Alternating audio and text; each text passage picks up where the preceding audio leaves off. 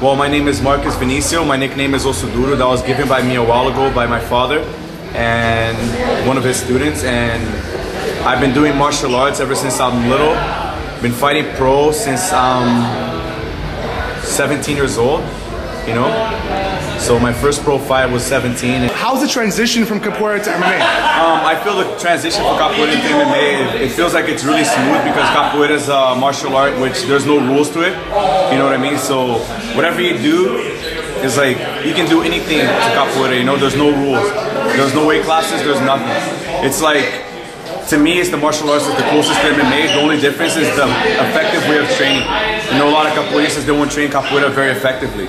You know, in our school, we break it down into what makes things effective during a fight. You know, like you see a lot of people dancing, like in capoeira, it looks like they're doing dance, but realistically, that's when they're playing a game. When it comes down to a fight, we'll just stand square, you know what I mean? Hands up, block your face, move your head, you know? How do you see the future for capoeira guys into MMA? If my vision is correct, I believe that in the future, just like jiu-jitsu, everybody's gonna learn and have to do capoeira because it just changes your mind frame, you know, on how you see a fight and how you approach a fight. You know, MMA fighters, they think very in a box, you know what I mean? They think straight, forward, go, you know what I mean? Capoeiristas don't think outside of the box, you know? We'll go around, we'll use angles, we'll use everything that's possible, you know, hands, elbows, head, feet, you know?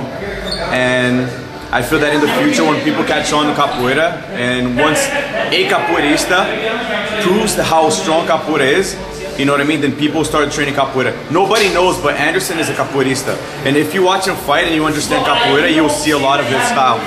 You know what I mean? Like capoeira will make you pick up on different things very easily, you know? All right, now Ossoduro, that's hard bones. How'd you get that nickname? Oh man, how'd I get hard bones? Because I was little, I was like 6 years old. And my dad used to always have us around the academy, me and my brothers, right? And I was a wild kid, man. I was like, I trained when I was little, right?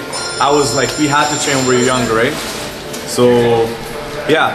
Hey, so I was just walking around, running around the, yes, up, Bill. So yeah, so I was just running around the academy and then somebody winded back and gave me a spinning heel kick.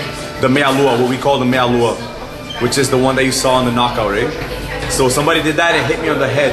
I flew, I got up, I shook my head off, I went to the bathroom, got some water, got back to train again. Nice. And so you're a second generation capoeirista. Yeah. How do you feel, you know, kids nowadays and martial arts, how do you think that that can affect their life in a positive way? I feel that skill-wise, like, I can match anybody. It feels like I can, you know what I mean? It feels like I got the capacity to go far. Just because I have all that years of experience, you know, and like MMA is mainstream now, right? So all these guys are just jumping into it now, rather than like, I was there for UFC 1, man. It was like, it felt like, even before UFC started, like, my dad used to take us to fighting events, right, in Brazil. There's like, they used to go crazy, you know, like we take the fighting events in Brazil and then people just go wild, start fighting. Yeah, it's different, you know, like now MMA is so civilized, it's so different. I fight at a Capoeira fight team here in Vancouver, Hastings and Abbott. And classes, or you can check up in the internet, is with the website. Capoeira.com. And what's next? When do we see you or one of your fighters in the ring? I got a fight for the 17th. I'm not sure if it's gonna happen yet. Like, I haven't signed any papers, but my name is out there, you know, and if it comes down to like, I'd love to fight, you know, this fight I took it I took it out of nowhere, the guy calls me and I just got way too excited. I'm like, yeah, I'll fight. But it's like on the exact same date as my, like the event that we're having down here, you know, but we have we have a big capoeira event coming up on the 18th of July. It's gonna be located at the downtown at the Playhouse Theater. Starts at 1 o'clock, I believe, I'm not sure. Celebrating 10 years. Yeah, we're celebrating the 10th year of Capoeira here in Vancouver. And yeah. Cool. Well, we're having an event this Thursday at Fever Nightclub. Yeah. It's a bikini modeling competition. Will we see you there? Whoa, bikini modeling, man, I'm there.